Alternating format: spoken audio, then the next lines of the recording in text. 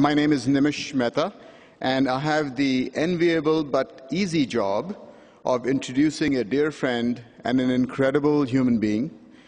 The job is easy because this conference celebrates entrepreneurship, and we have with us a man who does it better than most. To start, here is a quote from Romesh Wadhwani.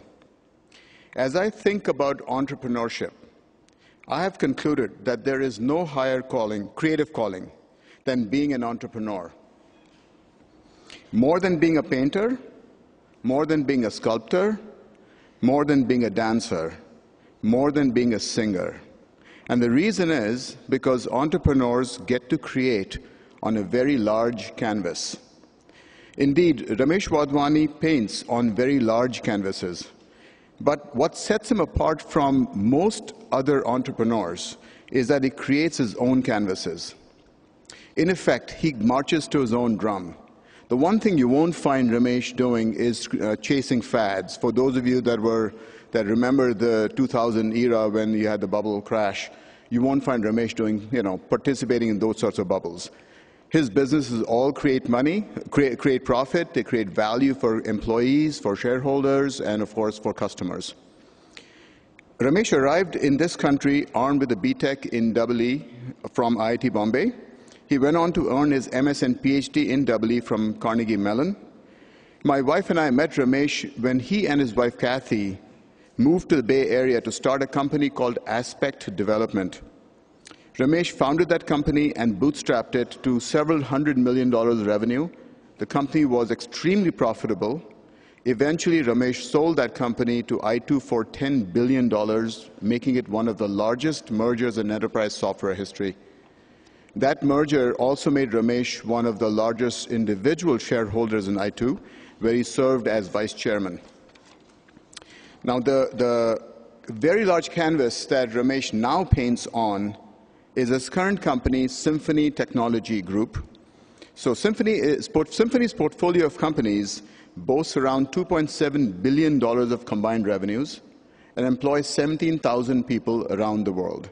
Now remember, folks, this is the company that Romesh created from scratch only about a decade ago. The company is unique in its focus, in its approach to building value, just like its founder, Romesh. Now, Romesh isn't merely spectacularly successful as an entrepreneur. He's also a very compassionate human being. He has pledged to give away most of his wealth, and he's a member of the Giving Pledge that was established by Bill Gates and Warren Buffett. Now, on a personal story, one of the things that has stuck with me that Romesh had said to me when I met him almost 25 years ago, he said with great pride that he had never worked for anyone and didn't plan to. It seemed to me that he was the master of his own universe, playing the game by his own rules and winning every single time. As I have reflected on my own career, I truly wish that I had internalized that statement more, because there is no greater creative calling or satisfying career than being an entrepreneur, and we have with us a masterful entrepreneur, one of the best there is. With pleasure, I introduce to you Romesh Wadhwani.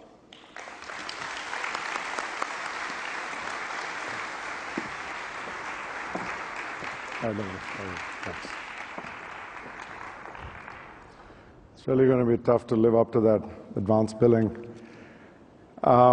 This is such a great event, TiEcon, and I'm absolutely delighted to be here and participate in it with you. And I really want to start with a confession. We have 14 companies in Symphony Technology Group, and not a single one of them is like WhatsApp. So none of them is worth $19 billion and only has 60 employees.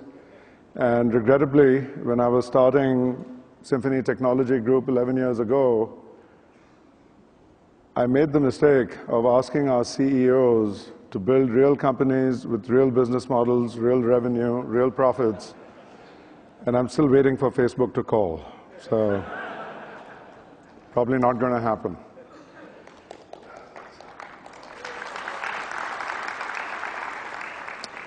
So I thought I'd share 5 lessons in entrepreneurship with you as I've gone through my journey of 40 years as an entrepreneur.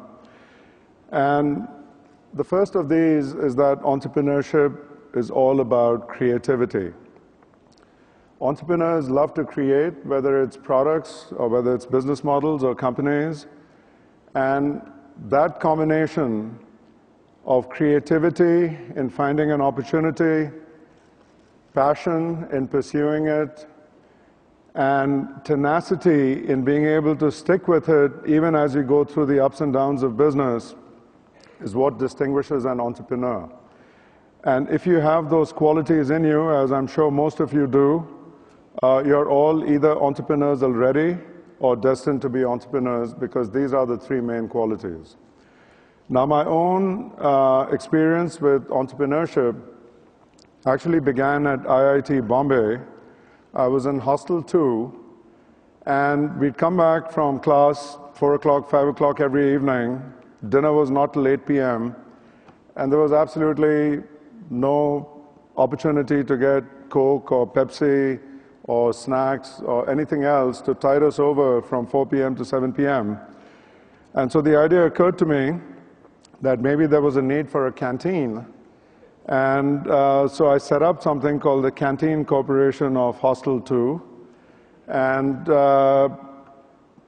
I thought, okay, if I can buy Cokes at Vikhroli, which was the nearest village, and sell them at 3 times that price, somehow all this ought to work out.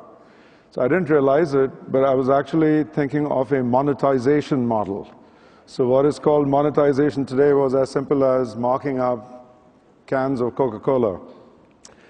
Then the question was capital. So I went to 9 friends of mine at IIT Bombay, borrowed 10 rupees from each of them, put in 10 rupees of my own, and we capitalized Canteen Corporation with 100 rupees. I didn't realize it, but that was angel capital. So I had 100 rupees of angel capital. Then the question is, how do you serve the needs of the customer? So we hired some, poor guy who had no job at some, minimal pay, and his job was to go to Vikhroli and bring back with him on a push cart, cartons of Coke and cartons of chips and all that stuff. And that was the first experience I had with talent acquisition. So all these big words that you hear today about business models and monetization and, strategy and talent acquisition, all the other cool stuff, unknowingly and without knowing what these words meant or even existed, this is exactly what I was doing at IIT Bombay. To close out that particular story, the Canteen Corporation did incredibly well. We declared a 10,000% dividend in the first year. By the way, it's the largest multiple return I've had in my 40-year career. It's never going to happen again. It's never going to happen again. Every morning I wake up and say, damn, I wish I could do that all over again, just at a larger scale. It's not going to happen again. So guess what? In those days, India was socialistic, and every hostel had a general secretary, and the general secretary election, which was coming up for the next year, had 2 candidates. One of them, by the way, the agenda for the election came down to pro-canteen versus anti-canteen.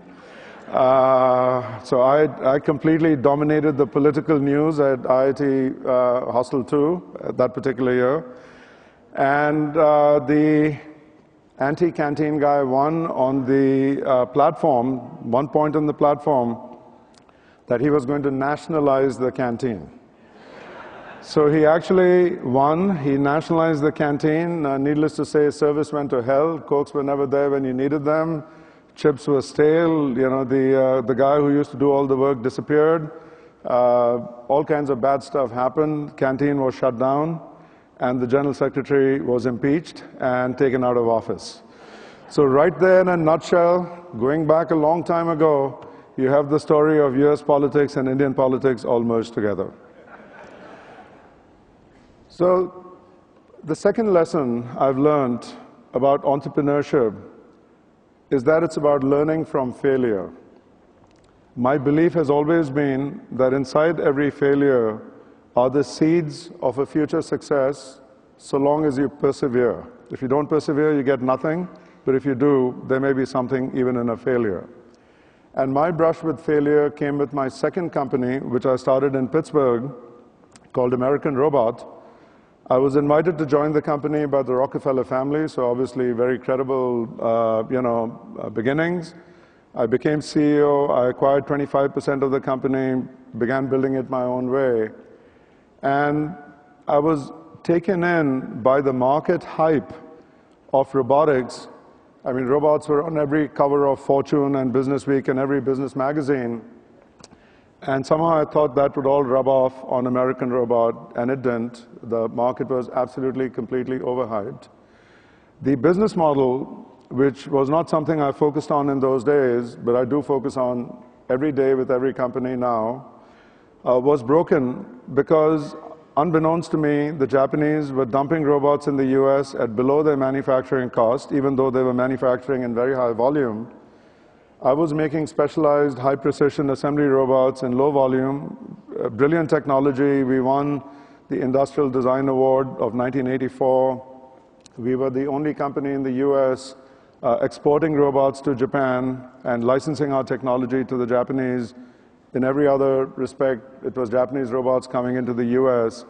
But it didn't really make any difference, because when you have an overhyped market such that the actual market is only 10% of the expected size, and then you have this impossible business model problem.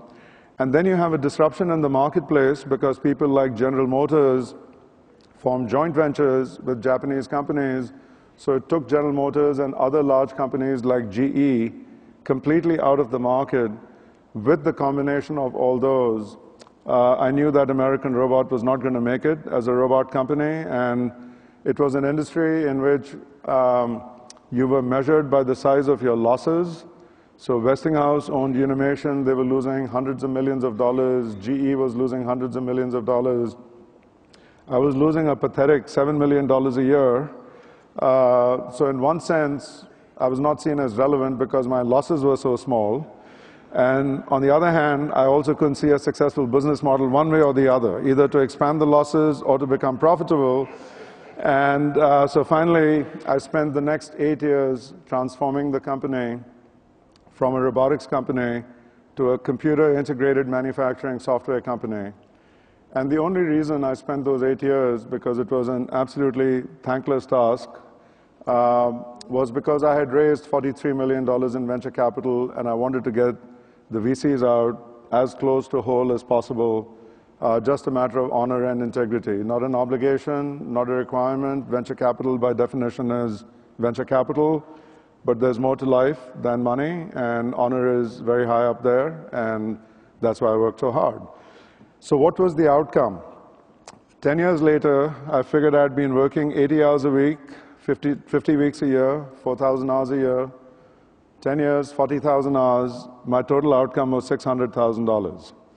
All of you are good in math, so you know that that translates to $15 an hour. And that's less than what a plumber used to earn in those days. So the thought certainly went through my mind that I would have been better off as a plumber. And it certainly taught me a new respect for plumbers. What I learned, though, from that experience is that failure, or at least what in Silicon Valley would be considered either failure or non-success, depending on who you are, is in fact the best teacher. And from that, I learned the lesson that markets can be overhyped, and before you do a startup, or before you take a startup to the next level, you better have a pretty good handle on markets, not measured by the cover of Business Week or Fortune, but measured by what your customers actually say to you. And it's very important that you validate and have a highly likely to succeed business model. And you need to learn to deal with disruption, because more and more disruption happens in every industry. And the ability to deal with it, rise above it, leapfrog it, these are all critical success factors in being an entrepreneur. So I thought I had learned from failure, and it was time to move on and do the next thing. And I was still living in Pittsburgh in those days.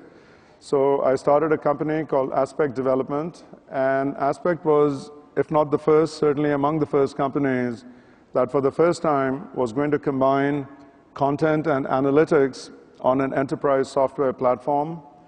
In those days, I wasn't smart enough to call it big data, because if I had, valuations would have been much higher.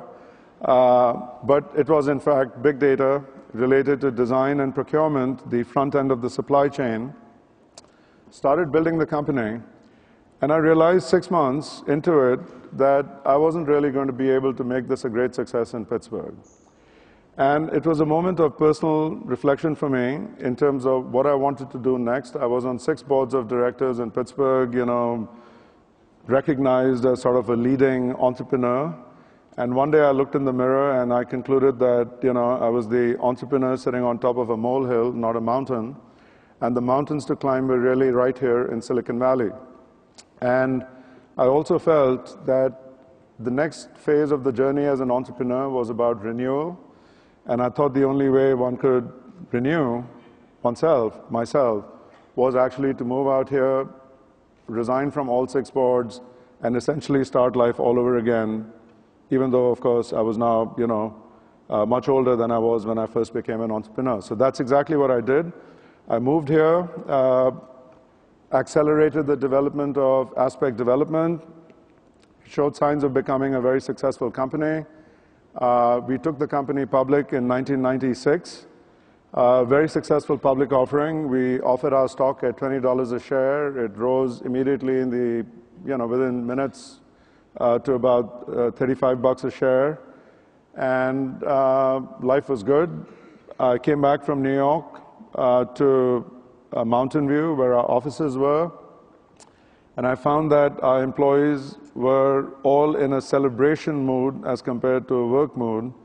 So one of the first things I had to do post-IPO was, in fact, to reset the agenda with our employees and to motivate them and get them to recognize that an IPO is nothing more than the milestone in the journey of a company. It's not an end in itself. It's not a destination.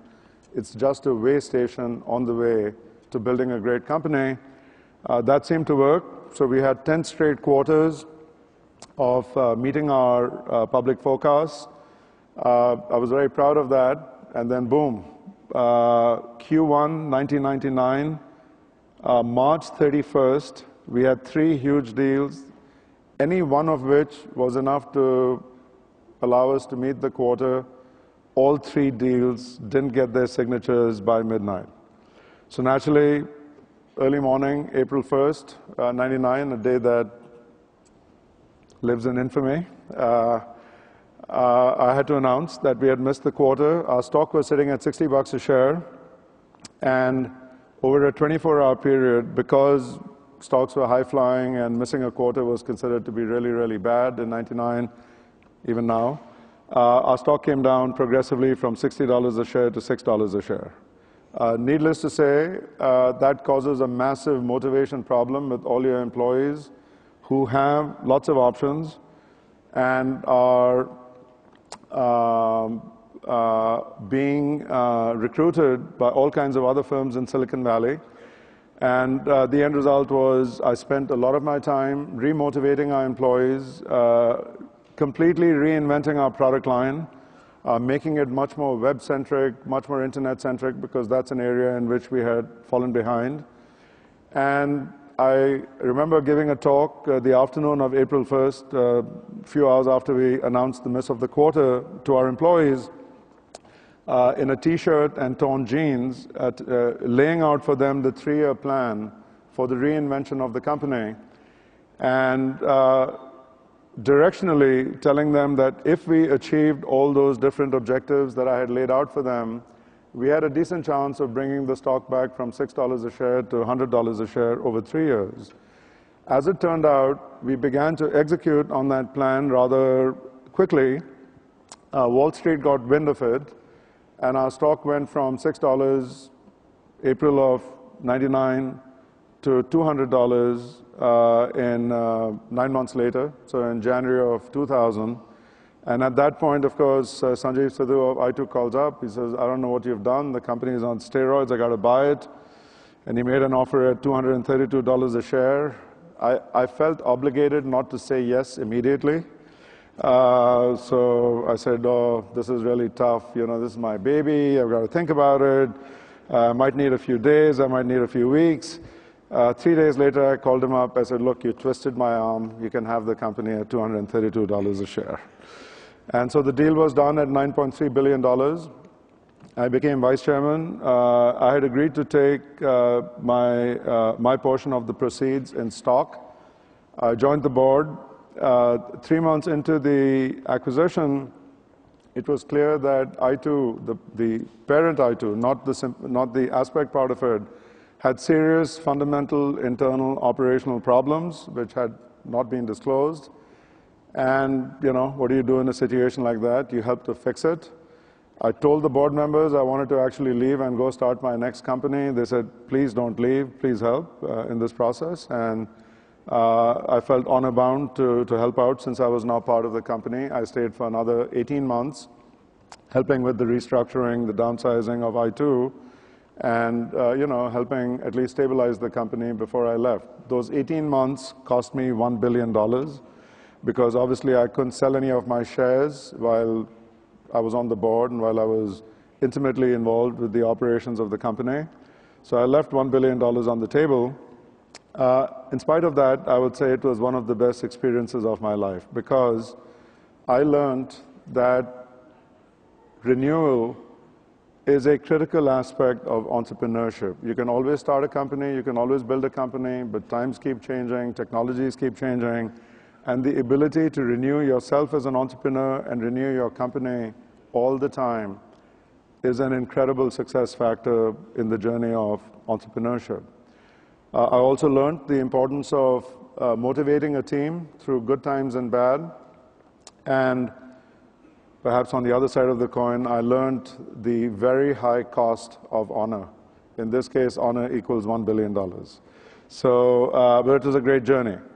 So after leaving i2, I felt that I had some combination of creativity, passion, tenacity, learned a lot of experiences, and I felt it was time to apply these experiences on a bigger canvas in a very different kind of way, so I started Symphony Technology Group. And the mission of Symphony Technology Group is to build a group of great companies, not necessarily the largest companies, great companies, that are at the intersection of content or big data and analytics and software. And the idea is that by combining these capabilities and applying them to different vertical markets, whether it's healthcare or whether it's consumer packaged goods, whether it's financial services, that there was an opportunity here to build a different kind of group. The notion of group meant that I was actually going to either acquire and transform or start up a number of different companies so that rather than being pegged in only one company at a time, for a change, I could take a view across a large range of companies and then cross-fertilize between them, share technologies between them, share ideas between them, and yet each company would have its own CEO and its own management team. That journey began in 2002, and where we stand today, the group is 14 companies. It'll do roughly $3 billion in revenue this year. And since I believe in real business models and consistent performance, we've taken this group from where 5 years, 6 years ago, the combined operating profit of the company was zero because we were in some startups, we were in early stages with a number of our companies. This year, we would hope to do over $300 million in operating profit. Clearly not worth $19 billion to Facebook, but for me, it means everything because it means each of the companies that we have in the portfolio is a real company with a real business model, with real revenue, and with real profitability, and is sustainable and will be here many years from now as compared to many other companies that will not be here many years from now. In this journey, obviously, the mission is building great companies, so that begs the question, what is a great company? And I remembered a dinner that I'd had with a guy called Jim Collins. Jim Collins is a very famous author. He wrote a book called Good to Great, 400 pages. And this dinner was about 3 hours long. He spent the first 2 hours and 45 minutes telling me about his definition of good to great. And, there were some interesting ideas there, but I thought a lot of fuzzy thinking. And then he asked me, what do you think is a great company? And I told him, I said, look, I don't have 400 pages worth of material. I just have 4 bullets. And you can put those 4 bullets on half of a PowerPoint slide, and here they are. The first is that you continuously increase the value that you deliver to your customers. There has to be this process of continuous improvement against the goal of improving the value you deliver to customers. The second is the ability to acquire and retain the best talent in your industry or your particular sector. The third is the ability to grow organically through innovation. So making innovation, particularly breakthrough innovation, the centerpiece of your operational agenda. And the fourth is building a high-performance culture, a culture of brilliant execution, a culture of teamwork, a culture of accountability. And I said, that's it. I can't think of anything else. And if you do these 4 things perfectly, and you work at them every day, you, in fact, have a great company. And if you don't, you don't. And so he was actually surprised, and he acknowledged that if he had met me before he wrote the book, he might not have written the book, because how do you sell 4 points on half a PowerPoint slide for $28, right? You can't do it. So, but that's been the philosophy, the guiding philosophy for each of the 14 companies in Symphony Group. Have we achieved greatness in any of the companies? Heck no. To me, that is a journey. Every time we get close on any one of those 4 dimensions, there's this tendency in me to sort of move the bar, sort of change where the goalposts are. And so the end result is none of our companies is, by that definition, great. But I will tell you this, all of our companies are better than good. And somewhere in that journey between good and great, and every day that journey continues and makes it really, really exciting for me. What I've learned from the Symphony experience is that values really do matter.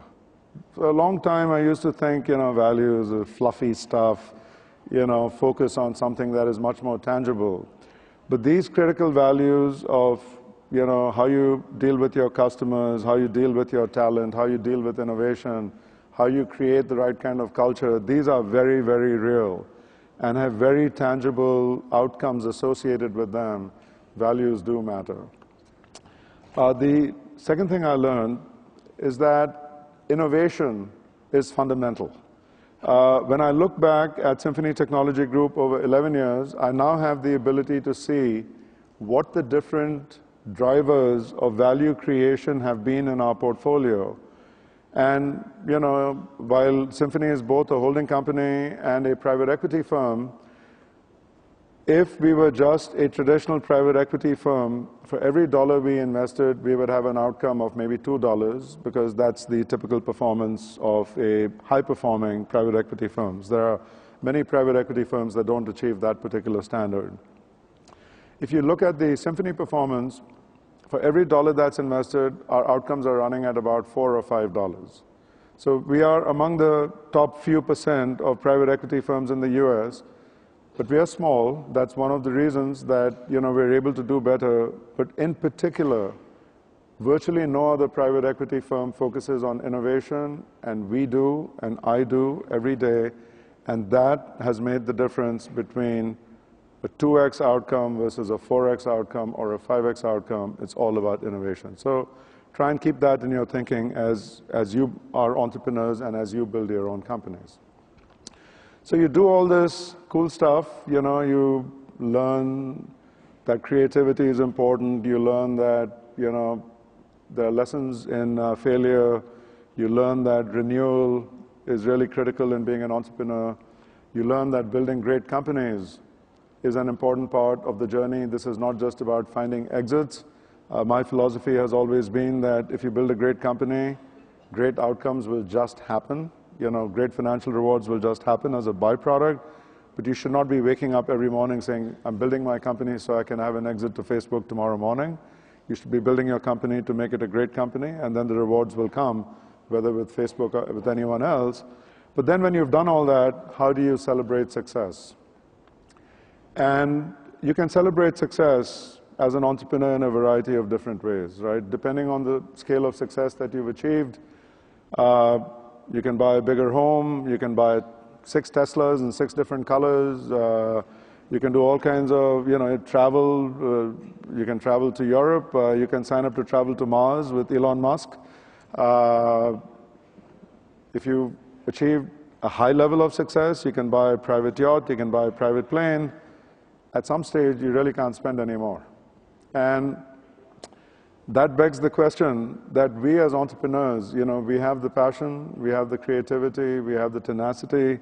Isn't there some better way in which we can celebrate success? So my journey for the last 10 years while building Symphony Technology Group has also been a journey of applying both the lessons that I've learned as an entrepreneur and the wealth that entrepreneurship has helped me to create in helping other people through philanthropy. Now, just to put some numbers on the table, and most of you are Indian Americans in this audience, in the US, every year, over $300 billion is contributed to philanthropy, $300 billion, in a country of slightly over 300 million people.